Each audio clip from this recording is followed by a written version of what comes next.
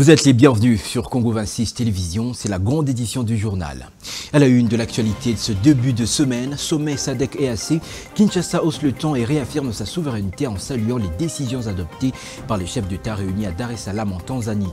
Le gouvernement congolais prend acte de l'engagement de ces deux organisations sous-régionales pour le retrait des forces étrangères, la cessation des hostilités et la sécurisation des axes stratégiques dont l'aéroport de Goma.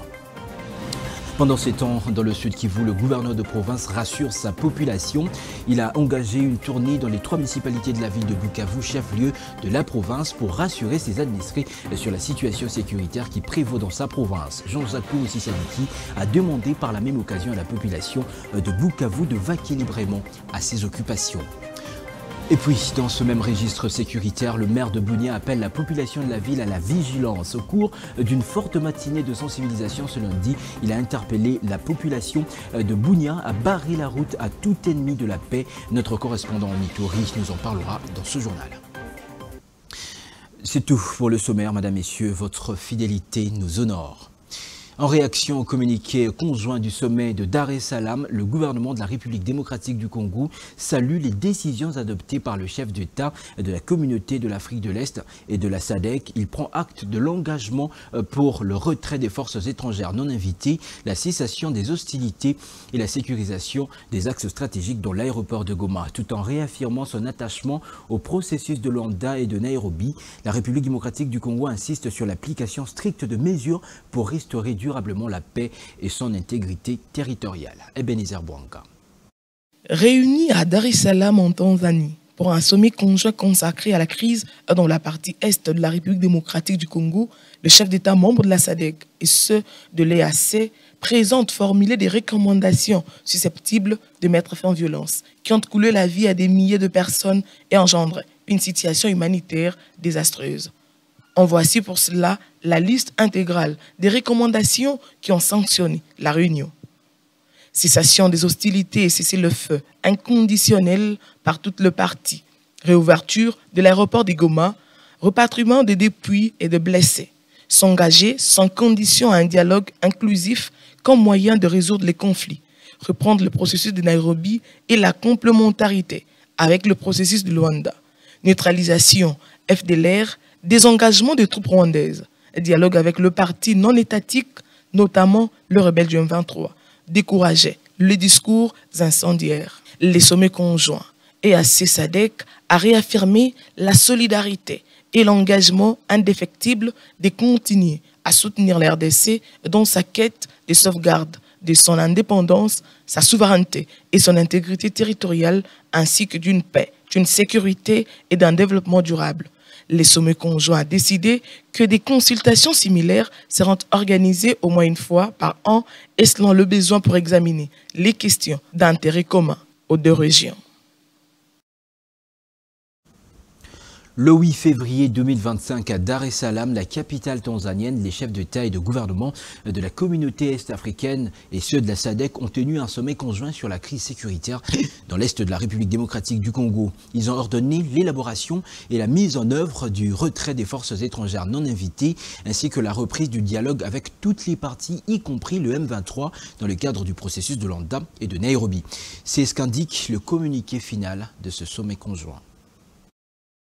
Selon un communiqué publié dimanche à Kinshasa, ces résolutions sont vues comme une possibilité de renforcer la coordination entre le processus de Luanda et de Nairobi sous l'égide de l'Union africaine et d'envisager, après la consultation avec les facilitateurs actuels, la nomination éventuelle de facilitateurs supplémentaires. Saluant la clarté des décisions prises, la République démocratique du Congo souligne que ce sommet conjoint EAC-SADC a posé les bases d'une approche collective conforme au droit international, fondement de la coexistence pacifique entre les États. Par ailleurs, Kinshasa rejette toute tentative de détourner l'attention des véritables causes du conflit et rappelle que la crise actuelle est avant tout une atteinte à sa souveraineté et à sa sécurité et non une question ethnique. Le pays reste engagé dans le suivi et l'application des engagements pris et appelle tous les acteurs à la redevabilité, à la retenue et à l'exécution fidèle de mesures adoptées. Pour rappel, c'est la première ministre Judith Suminwa qui a effectué les déplacements à Dar es Salaam pour représenter la RDC à ses sommets conjoints et à SADC alors que le président de la République, Félix Tshisekedi, y a participé en visioconférence à partir de son bureau à la Cité de l'Union africaine, dans la capitale Kinshasa. La dernière initiative accordant la grâce présidentielle à quelques détenus dont les acteurs politiques tardent à produire ses effets. Aucun détenu concerné n'est jusque-là libre après près de 2 mois. La liste serait-elle bloquée? Question pourtant pertinente dans le contexte actuel où plusieurs défis menacent l'équilibre national. Patrick Lecoli. Rendue publique au mois de décembre de l'année dernière, la grâce présidentielle accordée à plusieurs détenus, au nombre desquels se comptent des acteurs politiques, n'est toujours pas effective. L'illusion n'est pas loin de gagner les concernés. Les traitements de chaque cas promis fait perdre l'espoir aux bénéficiaires. Les ministres de la Justice et garde-sceaux est pris ici de communiquer sur ces dossiers pourtant classés selon la tradition pénitentiaire parmi les plus urgentes, étant donné que la traduction s'est faite en amont. On note qu'à son arrivée à la tête du ministère de la Justice, Constant Moutamba a donné l'impression de vouloir libérer l'administration judiciaire congolaise de sa lourdeur et a accrédité la sérénité dans les traitements de dossiers. Au regard du cas des graciers qui respirent encore l'heure des 4 murs à Makala et ailleurs, faut-il conclure que le ministre Moutamba a perdu cet élan? Si oui, pourquoi à mi-marche? Une brèche à ouvrir prochainement. Le gouverneur du Sud Kivu, le professeur Jean-Jacques Purusi Sadiki, a effectué dimanche 9 février 2025 une tournée dans les 3 municipalités de la ville de Bukavu. Objectif, rassurer ses administrés sur la situation sécuritaire qui prévaut dans sa province. Sur les lignes de front, comme partout, tout est sous contrôle des forces armées de la République démocratique du Congo, d'où sa demande aux habitants d'être calmes et de vaquer librement à leurs occupations, tout en appelant à un soutien total au président de la République, chef de l'État, Félix-Antoine Tshisekedi Tshilombo. Ce 9 février 2025, Bukavu, chef-lieu de la province du Sud Kivu, est calme, malgré les multiples campagnes d'intoxication et des rumeurs distillées sur les réseaux sociaux par les ennemis de la paix dans les soucis de démoraliser la population. Confiant aux efforts fournis par la haute hiérarchie des forces armées de la République et pour rassurer ses administrés, le gouverneur du Sud Kivu, le professeur Jean-Jacques Purusi Sadiki, aux commandes de sa Jeep 4x4, a fait la ronde de différents coins de la ville. Première étape de cette tournée, le poste frontalier aux Zizi Premier, où le chef de l'exécutif provincial s'est imprégné des conditions de travail des agents des services de l'ordre opérationnel, notamment la DGM et l'OCC. Sur place, le gouverneur de province a fait un triste constat. En effet, les scanners et d'autres appareils devant servir pour le contrôle des passagers sont hors d'usage. Séance tenante, il a appelé les responsables du PFCIGL qui a construit et équipé les bâtiments. Ainsi, un délai leur a été accordé pour faire fonctionner ces équipements sous peine de sanctions. Juste après, le cortège de l'autorité provinciale a pris l'itinéraire du boulevard Patrice Emery Lumumba pour chiter dans la commune de Bagira. Ici, la morale de la population était déjà en berne suite aux rumeurs propagées par l'ennemi, mais l'arrivée du gouverneur Jean-Jacques Purusi Sadiki a suffi pour inverser la tendance et ramener la confiance dans les chefs de la population. Balisema gouverneur ashakimbia au M23 na kia Bukavu gouverneur anakimbia ni bongo sana. Je deja tuko na leo hapo commune ya Bagira sasa. Na turasire vraiment sécurité mu ville yetu ya Bukavu. Parce que tuna mkubwa yuko hapa deja.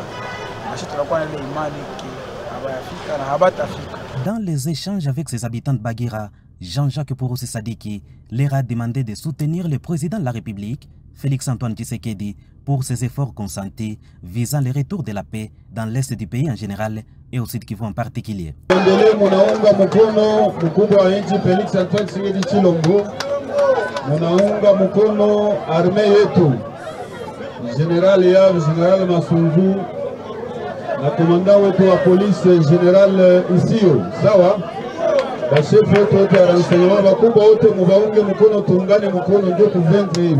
Sur les chemins de retour, son cortège sera obligé de s'arrêter à plusieurs endroits, une attitude positive qui a rassuré la population. Occasion faisant larron, il a invité la population à soutenir les FARDC et les Wazalendo engagés au front à Calais. Il en est de même dans la commune mère de Kadutu, où des foules conquises ont accouru dans tout le sens pour ovationner le passage de Jean-Jacques Purusi Sadiki. À chaque étape, des numéros verts ont été communiqués aux habitants de la province afin d'appeler 24 heures sur 24 et dénoncer toute forme d'abus et de tracasseries et de mouvements suspects dans leurs avenirs respectifs.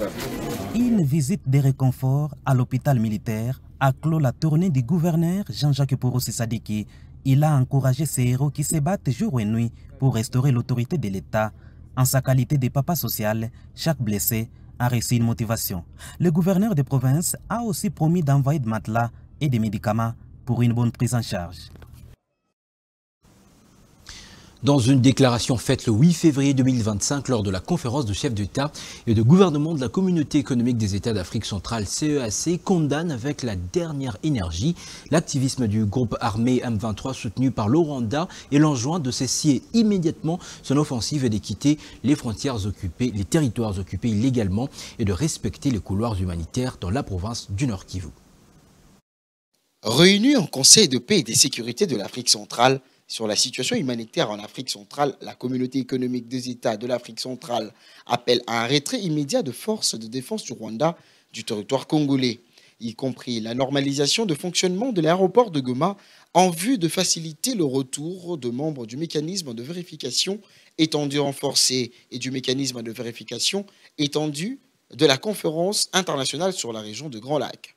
Au cours de cette rencontre, les participants ont également réaffirmé dans le communiqué final leur soutien au processus de Luanda et de Nairobi, ainsi qu'à l'accord cadre d'Addis Abeba de 2013, en vue d'un retour de la paix durable à l'est de la République démocratique du Congo et dans les sous-régions de Grand Lac. S'agissant l'occasion de la CEAC, condamne l'activisme du groupe armé de mouvements sécessionnistes et de réseaux terroristes opérant dans la région et dans la région voisine. Les enjoint à déposer les armes sans condition et de s'engager résolument dans le processus de paix débouchant sur le désarmement, la démobilisation, la réintégration et les répatriements.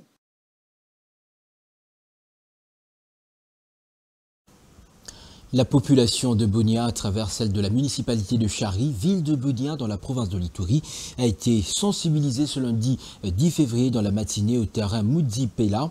Il a été question pour le maire policier d'interpeller cette population à raviver la vigilance pour barrer la route à tout ennemi de la paix. Détail dans ce récit de notre correspondant sur place, Joël Balinda.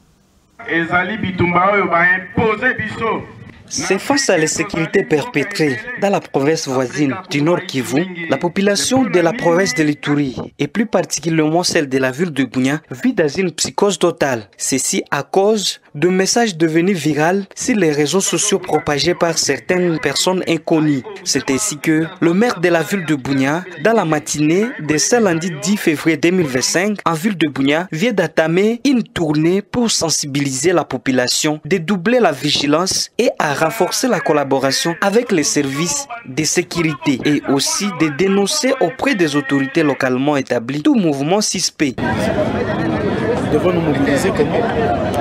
Nous devons être ensemble. Ensemble et en plus de ça, chercher les voies et moyens pour écarter ce problème. Parce que l'ennemi est dans la ville. Il y a des infiltrations qui se font par-ci par-là. Et nous sommes au courant de tout. Et c'est pourquoi je voudrais dire à la population que nous devons être d'abord veillés. La population doit faire son travail, sa mission de dénoncer et puis d'être vigilant.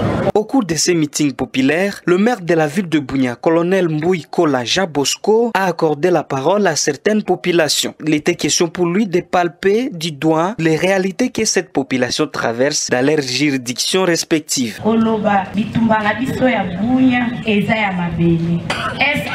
nakanisi katindaki bapapa kouta kuna mpona kopekisela biso bitumba ya bunya esila mpona nini bitumba ya bunya ezosila te nashindwa kutasa soko ya nzibeni kuna kutumika kubalabala. À l'issue de ces meetings, salués par la population de la ville de Bunia et du quartier Moudzipela en particulier, le maire de la ville de Bunia rassure cette dernière sur sa sécurité qui va et continuera à régner sur l'ensemble des 3 communes composant la ville de Bunia à travers nos forces armées de la République démocratique du Congo. Ituri!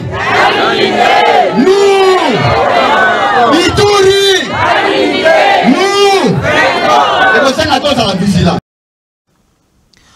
À la tête de la SWAPO, le mouvement de libération qu'il avait fondé, Sam Nujoma avait obtenu en 1990 l'indépendance de la Namibie vis-à-vis de l'Afrique du Sud.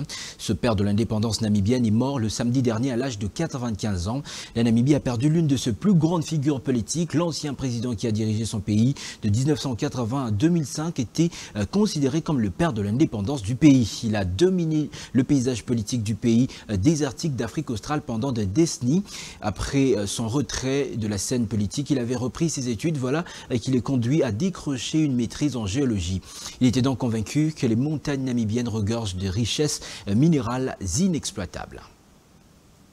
En sport, pour finir, football, la commission ad hoc constituée des délégués de clubs désignés par le comité de normalisation de la Fédération congolaise de football association pour élaborer la suite du calendrier de la 30e édition Illico Cash League 1 2024-2025 n'a pas tardé pour trouver des dates relatives au début de la manche retour de la phase classique, le play-off et les play-down. La manche retour de la phase classique est annoncée pour le samedi 15 février prochain et s'étendra jusqu'au 15 avril de cette année dans les différents sites, sauf dans les zones en conflit. Beaucoup de satisfaction. Dans tous les cas, entre sportifs, on finit toujours par nous entendre. Nous savions que nous allons nous entendre. L'essentiel pour nous, c'est que le football se joue et les doléances de chacun a été entendue. Nous commençons le 15 pour la phase retour, pour qu'au 15 avril, nous commencions effectivement avec le play-off. Ben écoutez, nous allons cheminer. La INAFOOT fait déjà bonne chance à tous les clubs. Que le meilleur gagne, surtout que le meilleur gagne sur terrain. Nous allons prendre des dispositions. Nous allons inviter les arbitres, parce que généralement, si les arbitres font bien leur travail, nous avons un vrai champion. Et il faudrait qu'au 15 juin, nous sacrons le vrai champion qui ne sera contesté de personne. Je voudrais remercier la FECOFA, remercier le club, pour cette implication et tout le monde a donné le meilleur du sien et que, écoutez, le football va maintenant rouler. Très vos parapluies. Je dirais que pour nous c'est une grande satisfaction de savoir que le championnat va pouvoir continuer dans sa forme avec la phase retour de la phase classique ainsi que les playoffs en phase aller et en phase retour. Donc c'est une très grande satisfaction. Et nous demanderons à la LINAFOOT et la FECOFA de bien travailler de concert pour que les timings soient respectés et que tout le championnat puisse se terminer. De jouer ces matchs et de les gagner.